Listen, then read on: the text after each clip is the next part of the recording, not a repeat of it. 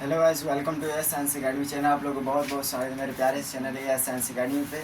आज हम लोग पढ़ने वाले हैं क्लास 10th के मैथ एनसीईआरटी एक्सरसाइज 4.2 है ना, जिसका क्वेश्चन नंबर है एक का क्वेश्चन नंबर रोमन संख्या 4 को हम लोग इस वीडियो में देखने वाले, यानी कि 4 से इस वीडियो में हम लोग लगातार देखेंगे। जितना हो सके इस वीडियो के माध्यम से हम लोग कवर करेंगे, फिर आगे वीडियो आपको मिलेगा।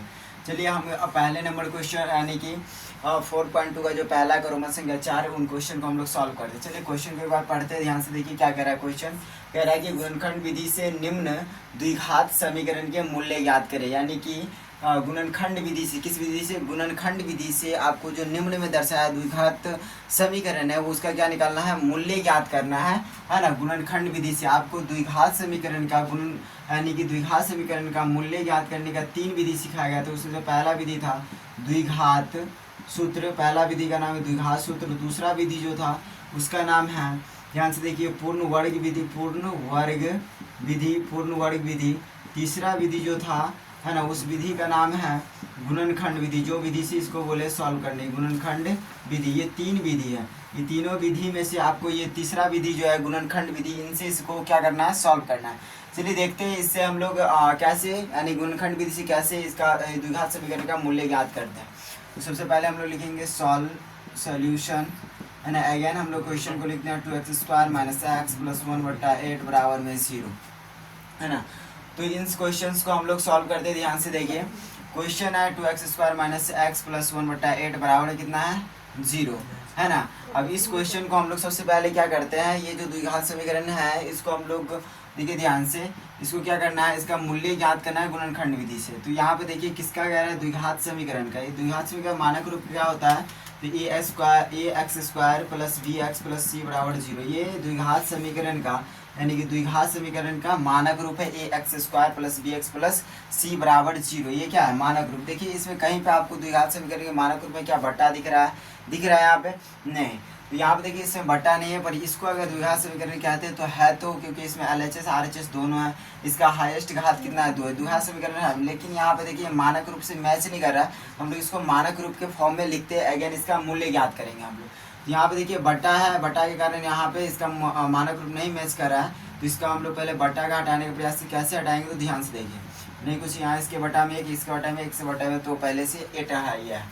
तो हम लोग इसको क्या करते हैं, यहाँ पे देखिए नीचे बटा पर के जोड़ घटाओ तो हम लोग करते हैं। तो सबसे पहले नीचे वाला क्या करते हैं, लॉसो 1 1 8 का लघुत्तम कितना हो जाएगा, 8। 1 को 8 से भाग देंगे तो हो जाएगा 8। 8 को 2x² से गुना करेंगे तो हो जाएगा 16x², माइनस का माइनस, 1 को 8 से भाग देंगे बचेगा 8। 8 को x से गुना करेंगे 8x, प्लस का प्लस, 8 को 8 से भाग देंगे बचेगा 1। 1 को 1 से गुना करेंगे 1 हो गया।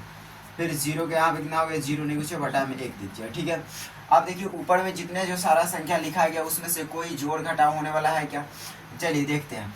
यहाँ पे क्या है, 2x² यानी 16x², यहाँ 8 - 8x यहाँ पे +1 है। यहाँ पे देखिए क्या दिया, x², यहाँ पे x है और यहाँ पे 1 है। इसमें जो है ये इसमें चर यानी कि x है, इसमें भी चर x है, लेकिन इसका इस चर का पावर 2, इसका पावर 1, ये दोनों कभी जुड़े घटेगा नहीं। यहाँ पे चर है, इसमें कोई यहाँ पे अचर है, इसमें कोई चर है ही नहीं। इसमें ऊपर में कोई जोड़ घटाव नहीं होने वाला है ना। इसको हम काट ना कॉमन लेके इसमें से काट सकते हैं, क्योंकि यहाँ पे देखिए इसमें 8 कॉमन हो सकता है, इसमें 8 कॉमन में, इसमें कुछ कॉमन है ये नहीं है, 1 है खुद ही, है ना।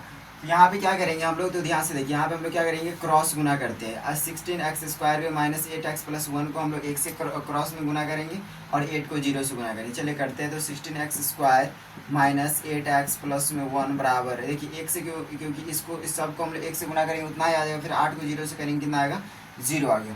तो ये अब आ गया किस रूप में, द्विघात समीकरण के मानक रूप में हमारा ये तैयार हो चुका। अब इसको हमको यहाँ से गुणनखंड विधि के द्वारा क्या करना है, मूल्य ज्ञात करेंगे। तो चलिए हम लोग ज्ञात करते हैं, इसका मूल्य ज्ञात करेंगे।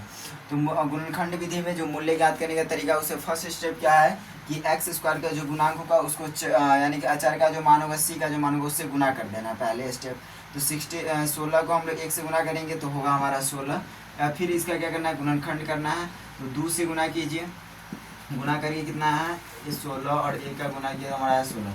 अब देखिए 2 से करेंगे 2 8 16, फिर 2 से लगाएंगे 4 दूनी 8, फिर 2 से लगाएंगे 2 दूनी 4, फिर 2 से लगाएंगे 2 1 2, 16 का कितना हो गया, 2 गुने 2 गुने 2 गुने 2 गुने 1 हो गया। चलिए ध्यान से देखिए, तो इसका गुणन 16 कितना आया, अब यहाँ पे देखिए 2 गुने 2 गुने 2 गुने 2 गुने 1। अब देखिए ध्यान से, अब इस सब में से दो ऐसा संख्या क्रिएट करना है, यानी कि ऐसा संख्या बनाना है जिसको गुना करने पर इन दोनों का गुना किया तो कितना आया 16, तो 16 आना, यानी कि दो ऐसा संख्या इसमें बनाना है जिसको गुना करने पर 16 आना चाहिए। और इसी दोनों मतलब कि इसी दो ऐसा संख्या ले जिस दोनों को गुना करने पर 16 और उसी दोनों को जोड़ने या घटाने पर कितना आ जाए हमारे बीच वाला, यानी कि -8 प्राप्त हो जाए। ऐसी कौन सा संख्या है? तो ध्यान से इस दोनों में दो संख्या ऐसा बनाना है। तो चलिए हम लोग देखते हैं ध्यान से कौन कौन सा संख्या होता है। तो यहाँ पे लेते हैं 2 दूनी 4, 2 दूनी 4, तो -4 लेंगे तो माइनस प्लस 4 चौका 16 भी हो जाएगा, और -4 को जोड़ेंगे तो -8 ही प्राप्त होगा। तो हम लोग 4 को लेते हैं, 16x² माइनस में 4x माइनस में 4x प्लस में 1 बराबर 0। देखिए ये -4x को जोड़े -8x हो गया, दोनों को गुना करेंगे तो +16x² हो जाता है। ठीक है, तो यहाँ पे देखिए इतना हो गया। इधर वाले हम लोग रफ को मिटा लेते हैं। ध्यान से देखिए, अब यहाँ पे क्या करना है हमको, अब ये दोनों में कॉमन और ये दोनों में कॉमन बनाना है। ध्यान से देखिए ये दोनों में कॉमन क्या हो जाएगा, तो ध्यान से देखिए इन दोनों में कॉमन क्या होगा। तो यहाँ पे देखिए 16x² माइनस 4x में कॉमन क्या है, तो यहाँ पे कॉमन जो बनेगी इस दोनों में x तो कॉमन है ये है, और प्लस 4 चौका 16 4 भी कॉमन है, तो इसमें 4x कॉमन निकल गया। यहाँ बचा 4 चौका 16 4 बचा, यहाँ से x² में x चले गया तो बचा x माइनस का माइनस, फिर यहाँ देखिए 4x कॉमन ले लिया, यहाँ 4x था तो कितना बचेगा 1, सब तो खत्म हो गया। फिर यहाँ पे लिखेंगे हम लोग -1 1 कॉमन लेंगे, फिर यहाँ हो जाएगा 4x प्लस माइनस होगा -1 का 1 बराबर कितना हो गया 0, है ना। अब इन दोनों देखिए इन दोनों में से किसी एक को लिखना है, तो लिखेंगे हम लोग 4x माइनस 1, फिर लिखेंगे हम लोग n2 में इसको, अब इस 4x और ये वाले संख्या को लिखना है, तो 4x माइनस कितना हो जाएगा यहाँ पे 1, और फिर क्या देना है हमको बराबर में 0। ठीक है, ये एक बार 4x माइनस 1 के लिए 0, एक बार 4x माइनस 1 के लिए 0, तो 4x माइनस 1 बराबर 0, है ना। 4x माइनस 1 बराबर 0। अब देखिए ध्यान से हम क्या करेंगे, पहले संख्या को संख्या की तरफ भेजते हैं, तो 4x बराबर इधर माइनस उधर जाएगा तो क्या हो जाएगा +1। फिर देखिए x यहाँ पे गुना में बराबर दूसरा, यानी कि 4 को संख्या को फिर से संख्या की तरफ भेजेंगे, तो 4 है बराबर दूसरा जाएगा, तो यहाँ पे देखिए यहाँ पे जो 4 जो है गुना में बराबर दूसरा जाएगा क्या हो जाएगा बटा में, तो x का मान यहाँ पे कितना आ गया 1/4। यहाँ पे 4x बराबर इधर माइनस उधर जाएगा तो प्लस में 1, फिर x संख्या को संख्या की तरफ 1 इधर गुना उधर जाएगा तो बटा में, यहाँ पे फिर क्या आ गया x बराबर 1/4। तो यहाँ से देखिए फिर क्या लिखेंगे हम लोग, अतः यानी कि मूल्य बराबर क्या हो जाएगा मूल्य, यानी कि x का मान क्या आ गया हमारा 1/4 1/4 आ गया। ये हमारा क्या है इसका करेक्ट आंसर हो गया। तो ये आपको 4.2 का 1 नंबर क्वेश्चन का चौथा आंसर आपको देखने को मिलेगा। ये आपका पूरे सटीक आंसर है। ध्यान से इसका स्क्रीनशॉट लेना चाहते हैं ले सकते हैं, बनाना चाहते हैं बनाइए। उसके बाद हम लोग आगे चलते हैं 5 नंबर क्वेश्चन पे। ध्यान से देखिए, चलिए अब हम लोग 5वां नंबर क्वेश्चन को देखते हैं। ध्यान से देखिए 5वां नंबर क्वेश्चन में क्या कह रहा है। अब देखिए 5वां नंबर भी क्वेश्चन को आपको गुणनखंड विधि द्वारा ही मूल्य ज्ञात करना है। जो द्विघात समीकरण दिया है इसको भी गुणनखंड विधि द्वारा मूल्य ज्ञात करना है। चलिए करते हैं हम लोग। क्या लिखेंगे सबसे पहले यहाँ पे सोल्यूशन, है ना। उसके बाद हम लोग लिखेंगे इक्वेशन को 100x² माइनस 20x प्लस 1 बराबर में 0, है ना। अब चलिए हम इसको सॉल्व करते हैं। ध्यान से देखिए, तो गुणनखंड विधि में सबसे पहला स्टेप क्या है कि x² का जो गुणांक होता है उसको हम लोग c के मान से चर के मान से गुना करते हैं। तो 100 गुणे 1 होगा तो 100 आ गया। फिर 100 का क्या करना है, जो गुना करके आता है उसको हम लोग गुणनखंड करते हैं। चलिए करते पहले 2 से लगाएंगे, फिर क्या आ जाएगा यहाँ 5 दूनी 10 0, फिर 2 से लगाएंगे 25 हो गया, फिर 5 से लगाएंगे 5 हो गया, फिर 5 से लगाएंगे 1 हो गया, है ना।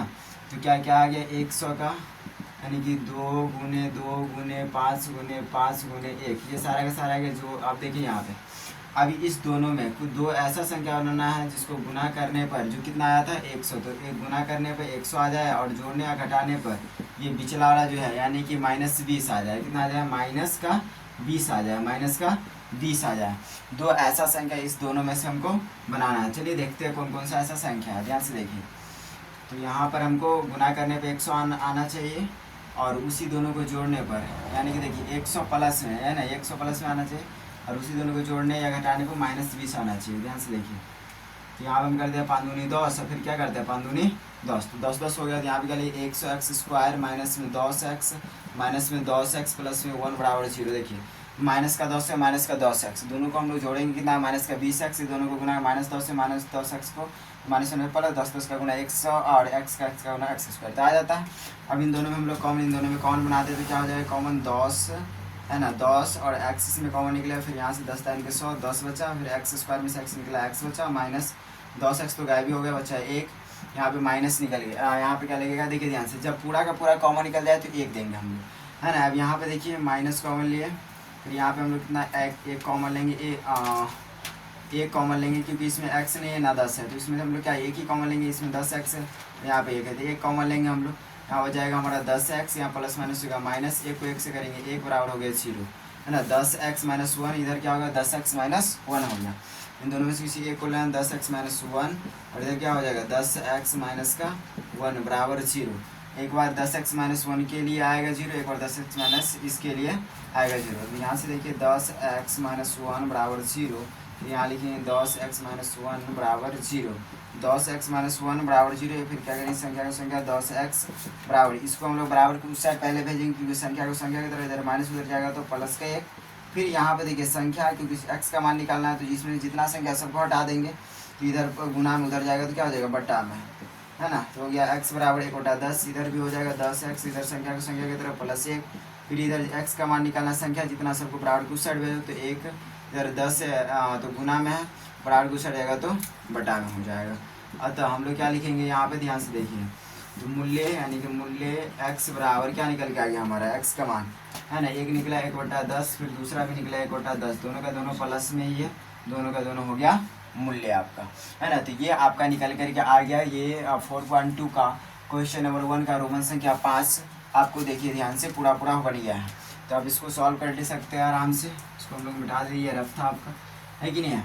तो ये आपका हो गया पूरे 5 नंबर तक का, है ना, यानी कि रोमन क्वेश्चन नंबर यानी कि एक्सरसाइज जो है 4.2 का क्वेश्चन नंबर 1 का रोमन संख्या 5 जो था, 1 2 3 4 5 जो है 5 तक हम लोगों ने एक 4.1 का क्वेश्चन नंबर 1 का 5 रोमन संख्या कंप्लीट कर लिया है।